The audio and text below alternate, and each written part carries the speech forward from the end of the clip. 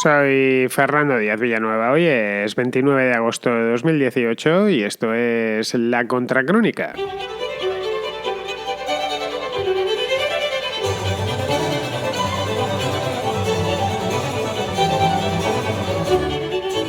Nos enteramos ayer que Estados Unidos y México han llegado a un principio de acuerdo para reformar el Tratado de Libre Comercio de América del Norte, lo que se conoce, eso es las siglas en español, pero se le conoce más por sus siglas en inglés, NAFTA.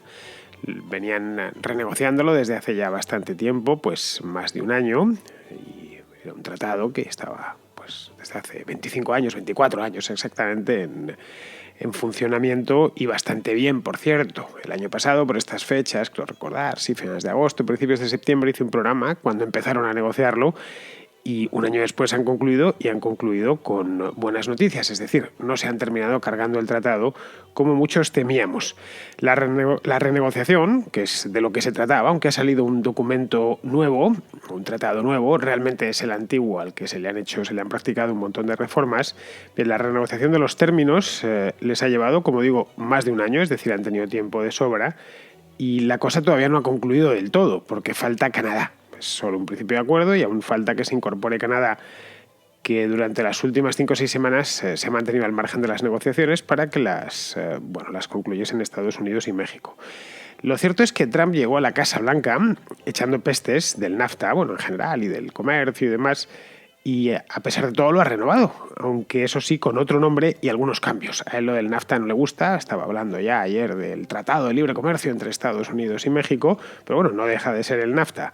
Pero el tratado, a diferencia de aquel que se firmó y que luego abandonó Trump poco después de llegar al poder con los países ribereños del Pacífico, el famoso TPP, el Tratado Transpacífico, este tratado de Norteamérica no ha muerto, lo cual en sí es una buena noticia. Y no lo ha hecho en buena medida por la inesperada irrupción de AMLO en escena hace solo un par de meses, menos de 2 meses, a raíz de las elecciones presidenciales en México. Por de pronto al mercado en general, sobre todo en Estados Unidos y en México, esto le ha sentado de maravilla, las bolsas han subido y se ha disipado la incertidumbre creada hace un año a raíz de que Trump amenazase con cepillarse de un plumazo este tratado de libre comercio. Vamos a desentrañar las claves.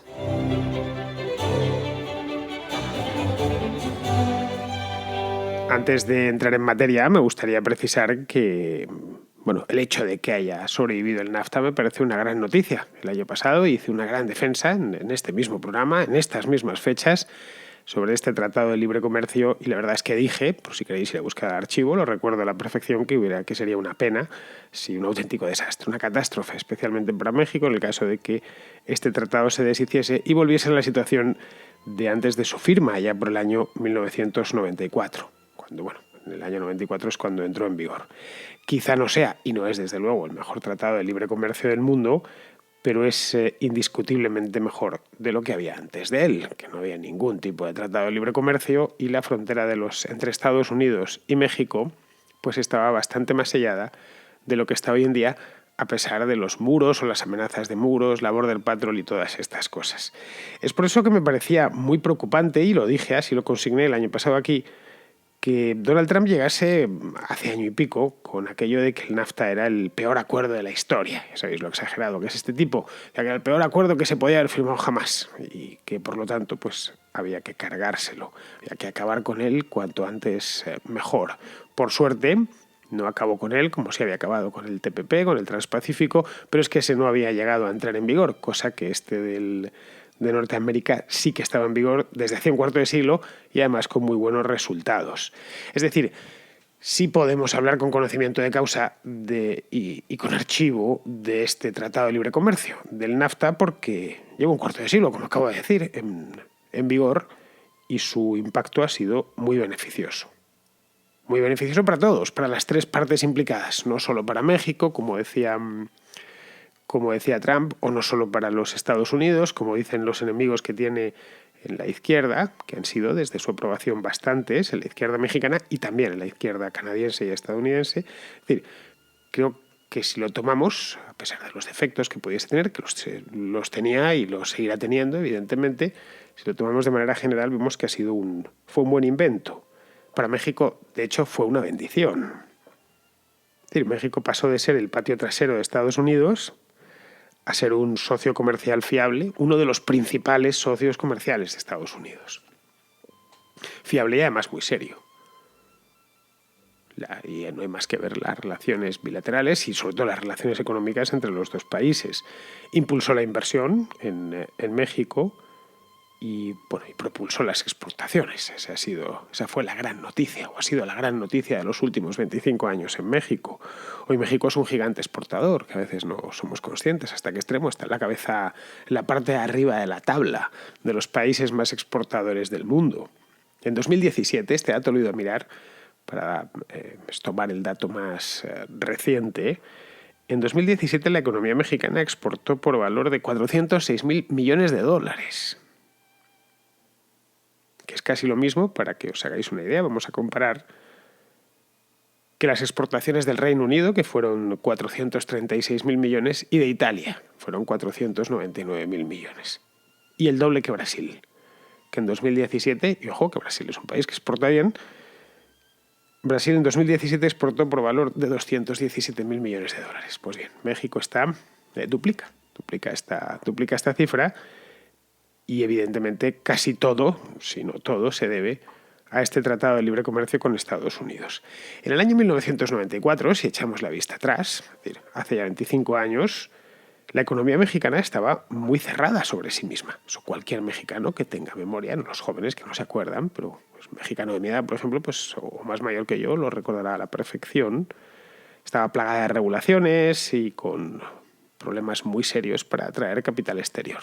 Una economía abierta, evidentemente, se podía entrar y salir de México, se podía exportar e importar, pero una economía mucho más hogareña, más casera, más doméstica, más de andar por casa. No era la economía de categoría global en la que se ha convertido en los últimos 25 años.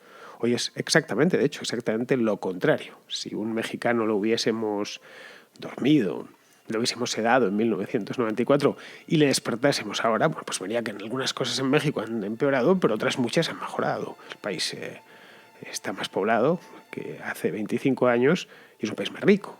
Se ha forjado una pequeña clase media sólida, y buena parte el responsable en buena medida de que se haya formado esta clase media ha sido, una vez más, el NAFTA, que permitió que entrase mucho dinero en el país y que partes enteras, estados enteros de México, especialmente los del norte, los más cercanos a Estados Unidos, se pusiesen a producir mucho y muy bien. Es decir, que el hecho de que la frontera con su vecino del norte haya estado abierta para las mercancías ha sido clave en la historia económica de México de las últimas 2 décadas. El tratado obviamente se podía mejorar, como todo en la vida. Cualquier obra humana es perfectible, pero liquidarlo habría sido una insensatez. Y eso es lo que venía a decir el año pasado. Pero claro, Trump había dado mucho la paliza con este tema. En general con los mexicanos, que se la tiene tomada, los hispanos, así de manera general, y tenía que salvar un poco la cara, aunque fuera delante de sus propios electores y demás, que son muy entregados. Y es por ello que se metió a renegociarlo el año pasado, y haciendo mucho ruido y dando muchas campanadas para que se viese que estaba cumpliendo su programa electoral. Es decir, que el peor tratado de la historia lo iba a renegociar desde cero. Esa es la razón por la que se pusieron en agosto del año pasado. Al final México ha tenido que ceder, como era previsible. Creo que era previsible porque era el más pequeño de los dos socios. Ha tenido que ceder en varios puntos, especialmente en el sector automotriz, que era el que más le interesaba a Donald Trump. Era la parte industrial. Había otros como la agrícola en los que no había tantos problemas, pero en este en concreto, una de las razones por las que Trump se quejaba era que una buena parte de la industria automotriz de los Estados Unidos se había deslocalizado en México a causa precisamente del NAFTA, el Tratado de Libre Comercio. Bien, vamos a dar un repaso a los puntos principales del nuevo tratado para sacar nuestras propias conclusiones.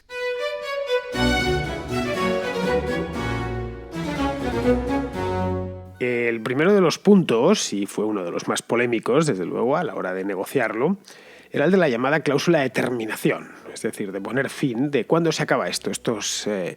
sine die. Por ejemplo, un tratado sine die es el Tratado de la Unión Europea. Una vez cuando uno entra en la Unión Europea, eso no se revisa, ya es para siempre. Es decir, para los próximos 100, 200, 300 años, evidentemente no sabemos cuánto durará el tratado, pero la idea de los signatarios del Tratado de la Unión Europea es que eso dure eternamente. En el caso del NAFTA también nació con esa idea.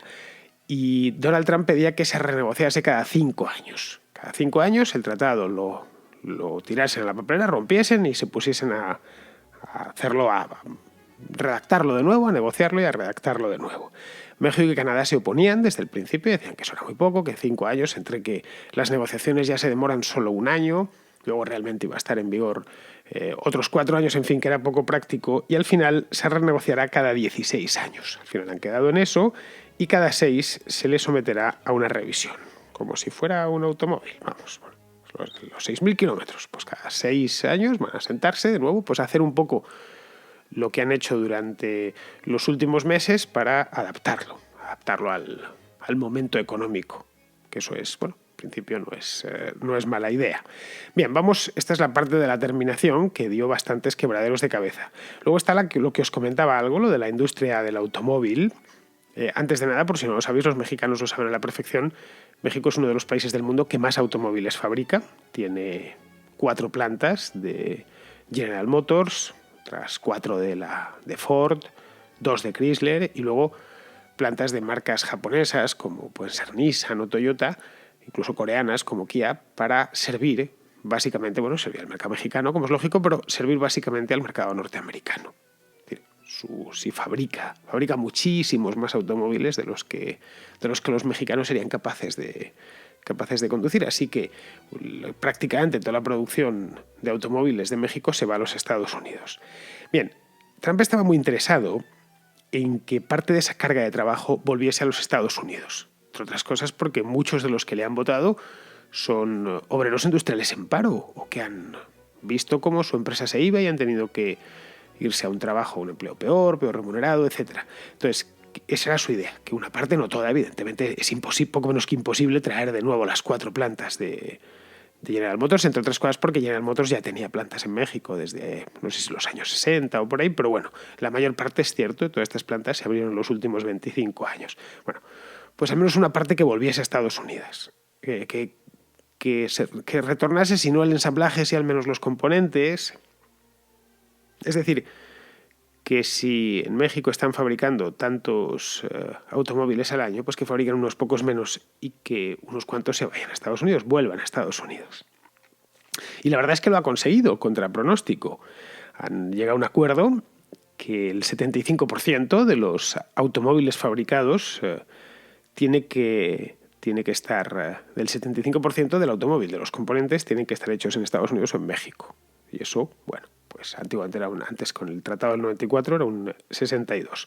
Otra de las cláusulas tiene que ver con las condiciones laborales. Claro, aquí podemos decir que los fabricantes estadounidenses como Chrysler o como, bueno, Toyota, que es japonés, pero que la fábrica en México la tienen para servir al mercado estadounidense, pues que se van a México básicamente porque cobran menos los mexicanos. Eso es una cosa normal que ha sucedido siempre y sucederá siempre. Esto Donald Trump lo sabe y el equipo negociador americano lo sabía. Así que ha forzado a sus interlocutores mexicanos para que acepten que entre el 40 y el 45% del contenido de los automóviles hechos en México deba estar fabricado por empleados que ganen un mínimo de $16 la hora, que no es mal salario. Bueno, en México es un salario francamente bueno. Estaríamos hablando de 600 y pico dólares una semana de 5 días. De 5 días laborables. Es decir, que trabajando 8 horas, ¿entiende? Es decir, que poniéndoles unos sueldos más bajos que los de Estados Unidos, pero lo suficientemente altos como para que no compensen tanto. Es decir, para que no llame el factor laboral, no llame tanto a los empresarios de Estados Unidos. Esto en principio es una buena noticia para los trabajadores mexicanos. Pero claro, Trump no lo ha hecho por eso. A Trump digamos que le da un poco igual el sino de los trabajadores mexicanos. Bueno, entiendo, es una persona, un ser humano, y si le preguntas, pues te dirá que desea lo mejor para todo el mundo, pero si ha forzado esta cláusula ha sido para evitar la deslocalización o al menos complicarla, a causa del precio de la mano de obra. Que que sepas que si vas a México, los trabajadores mexicanos ya no van a ser tan baratos como eran.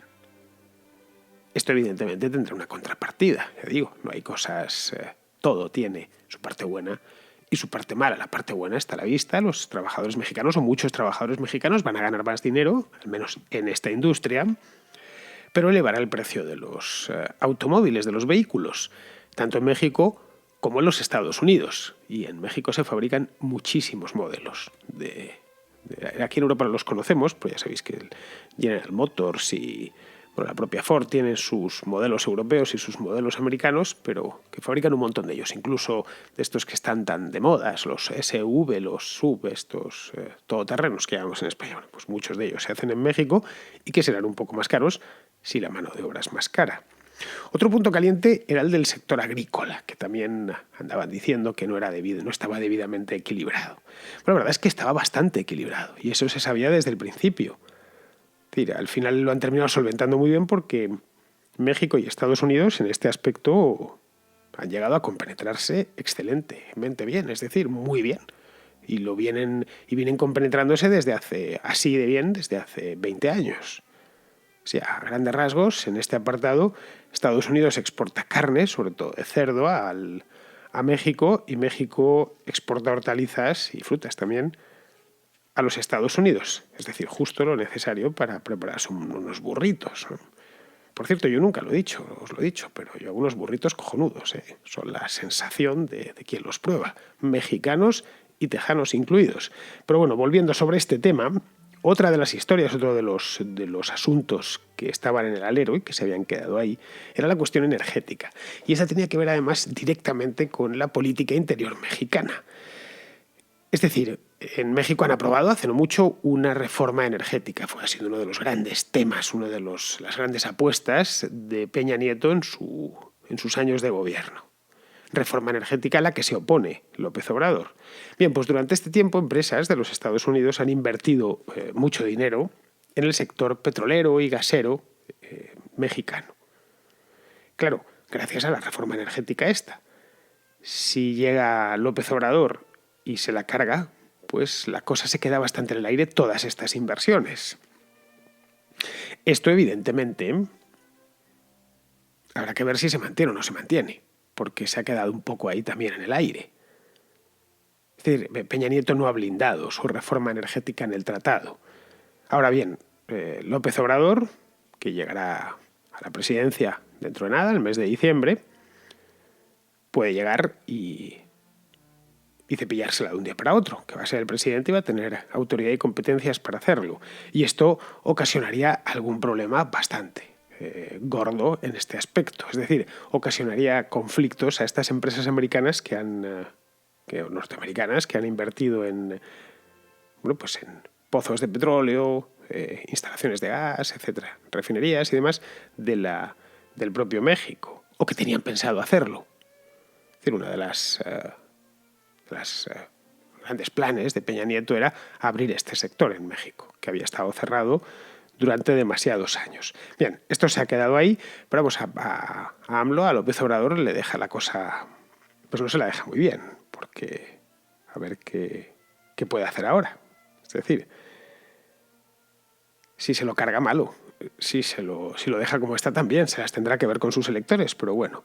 Lo que no se ha contemplado hoy han sido unas cuantas cosas que no se han contemplado. Una de ellas ha sido el tema del acero y del aluminio. Os acordaréis que hace unos meses Donald Trump elevó los aranceles para ambos metales, para el acero y el aluminio proveniente de México. Y ahí se quedó. México incluso tomó unas represalias y demás. Bien, esto ha quedado ahí. Es decir, parece ser que el incremento arancelario mutuo se lo han comido y no se ha movido de ahí la cosa. No sé si lo incorporarán esto en el texto final, porque lo que tenemos ahora mismo es un principio de acuerdo, no el tratado, no el nuevo tratado. Otro de los peros que le podríamos poner al nuevo NAFTA es que Canadá tampoco se ha incorporado todavía. Y el NAFTA es, como os decía al principio, Tratado de Libre Comercio de América del Norte. Y América del Norte es Estados Unidos, es México, pero también es Canadá. Son 3 socios. al parecer empezaron a negociar, bueno, de hecho empezaron a negociar los canadienses también, pero hace mes y medio se levantaron de la mesa y se fueron. Bueno, a nadie se le oculta que la relación entre Justin Trudeau y Donald Trump es peor que mala. No hay absolutamente nada de sintonía entre los dos. Aunque quizás sea eso mismo lo que Donald Trump ha buscado, la verdad. Es decir, negociar primero con uno y luego con otro. A Trump no le gustan los tratados multilaterales. De eso ha dado muestras sobradas a lo largo de los últimos 2 años. El caso del Transpacífico es el más claro. Es decir, a Estados Unidos, por su tamaño y su capacidad para dictar los términos de un tratado y de una negociación, le convienen las negociaciones bilaterales y los acuerdos bilaterales, porque puede permitírselo. Es decir, ponerse de acuerdo solo con uno, dejando claro antes que su poder de negociación es mucho mayor. Y obviamente lo es, tanto con México como con Canadá. Luego es probable que en las próximas semanas envíe a Ottawa un ultimátum que diga más o menos algo así como: estos son lentejas, o las tomas o las dejas. A mí me da la impresión de que a Trudeau no le van a quedar muchas opciones. Es decir, que no le va a quedar más remedio que tomarlas.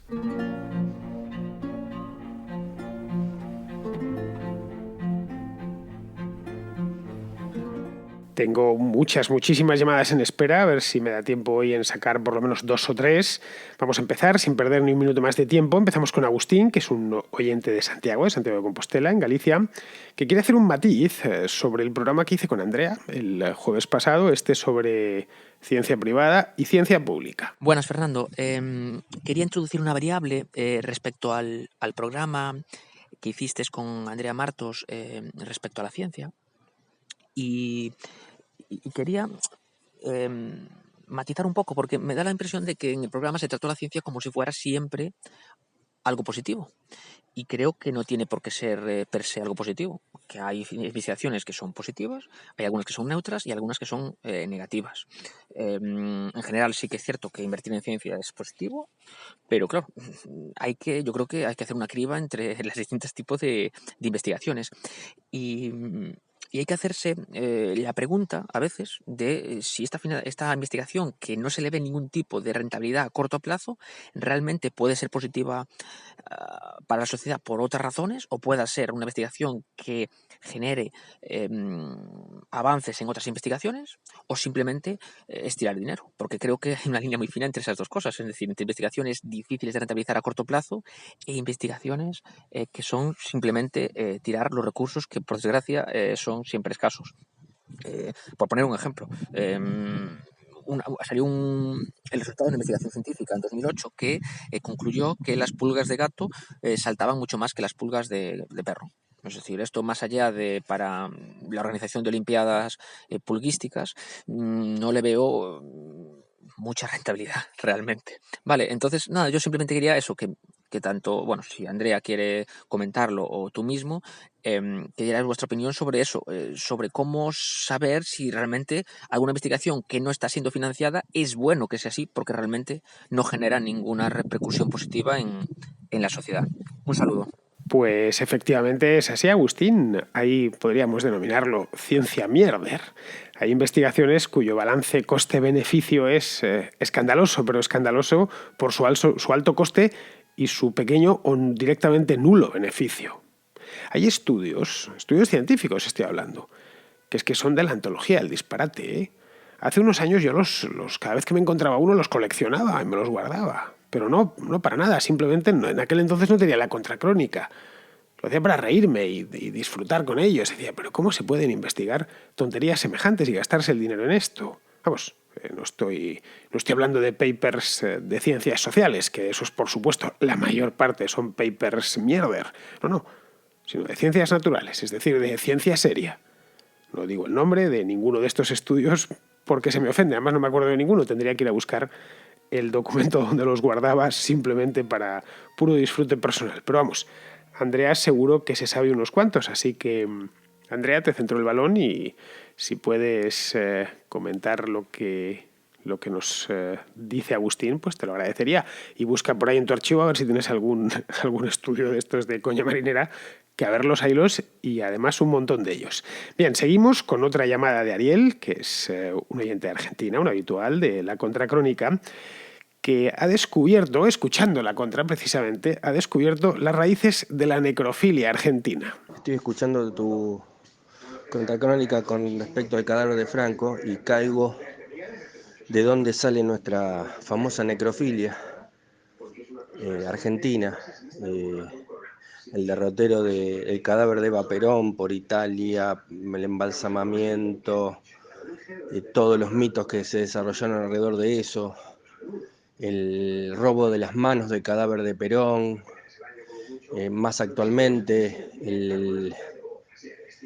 la tumba de Néstor Kirchner en el sur, que también es como una especie de sigurat, de monolito, de construcción monolítica. En fin, como dicen, en todos lados se cuecen habas. Y bueno, sé más o menos, evidentemente somos hijos de España. Pues no, Ariel, no sois hijos de España, sois hermanos de una misma familia. Digamos que Argentina es el hermano guapo, estiloso y charlatán que se lleva a matar con el hermano trabajador, callado y algo aburrido que serían los chilenos, sin que se me ofendan, pero más o menos, así a grandes rasgos, vendría a ser una cosa de esas, ¿no? Pero claro, todos tenemos la familia, a pesar de que cada hermano tiene sus particularidades, todos tenemos una serie de rasgos de familia. Y la necrofilia es uno de ellos, porque además se repite por todos los países hispanos. La historia de España está llena está plagada de necrofilia, de trasiego de cadáveres, exhumaciones, traslados y todo tipo de operaciones en torno a los muertos. Felipe IV, al parecer esto cuentan que cuando estaba deprimido, que era bastante a menudo, pedía que le llevasen al Panteón de Reyes, el Escorial, y que abriesen las tumbas de su padre, que era Felipe III, y de su abuelo, que era Felipe II, simplemente para mirarles, claro, que quedaría en tiempos de Felipe IV de su abuelo, que había muerto, pues eso, 40 años antes, ¿no? O incluso más, dependiendo del año en que le echase el vistazo al cadáver.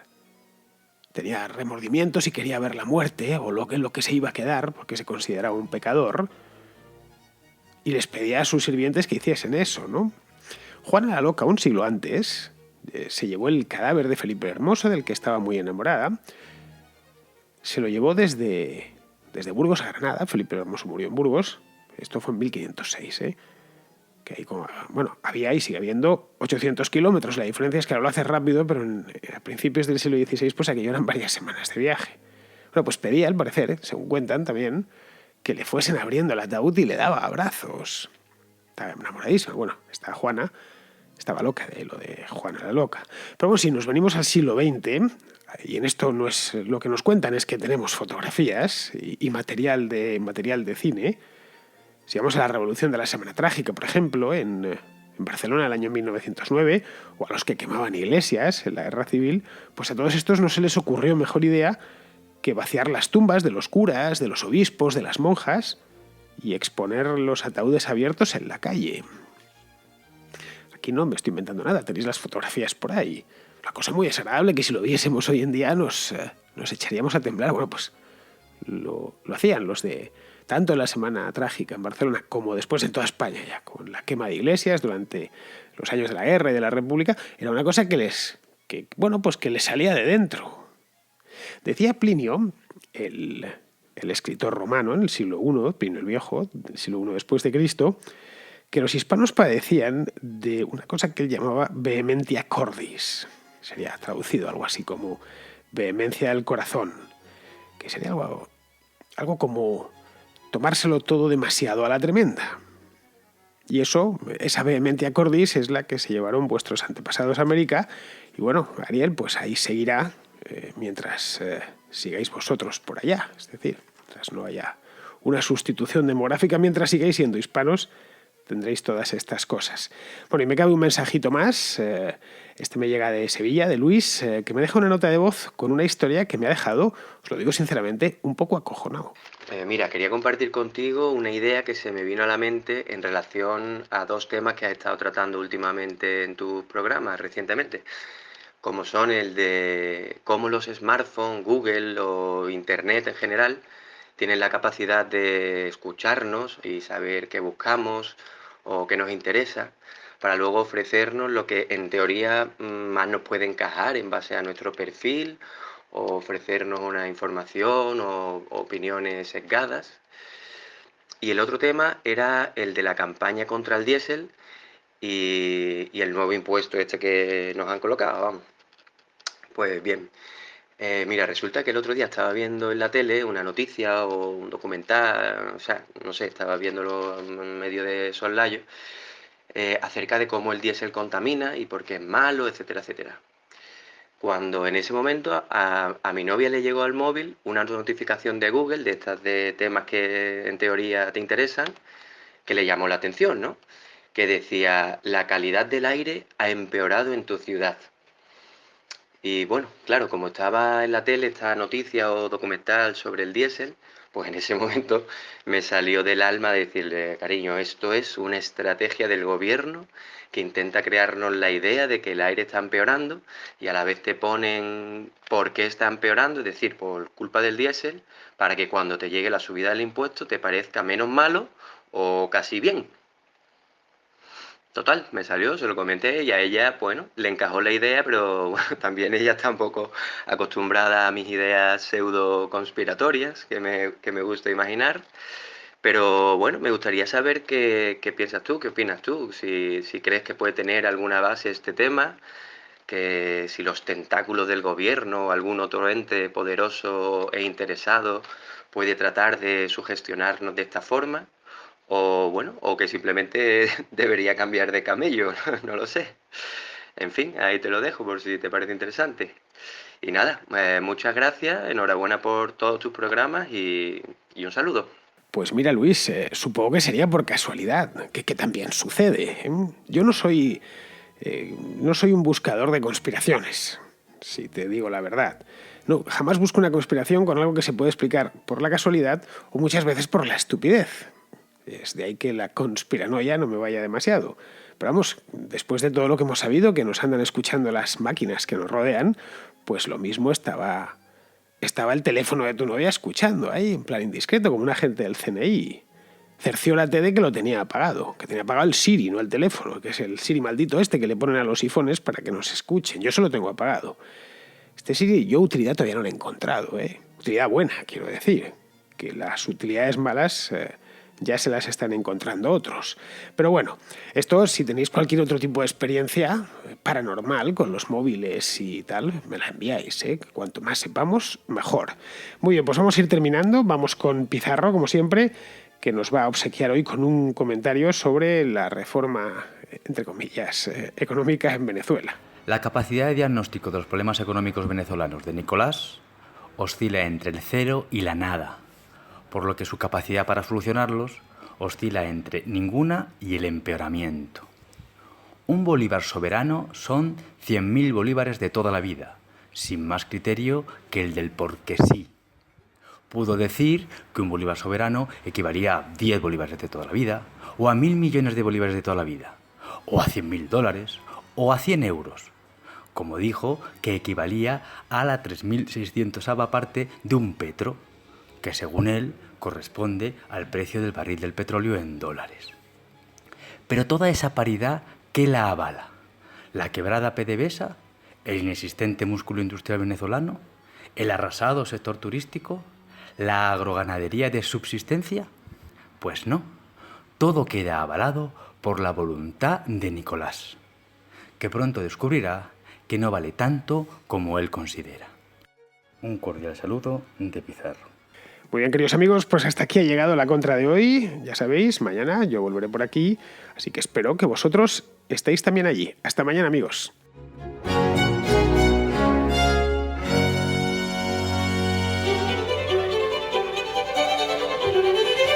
¿Te gusta la contrahistoria? ¿Te gusta la contracrónica? ¿Quieres que pueda seguir haciéndolas hasta el día del juicio final? Apoya el programa y podrás disfrutar en exclusiva de El Contrapunto, un programa nuevo dedicado a la música, hecho además con los mismos ingredientes que la contrahistoria y la contracrónica. Instala gratis la aplicación de iVoox, busca la contrahistoria o la contracrónica y pulsa en apoyar. Una vez allí podrás elegir la cantidad de tu aportación.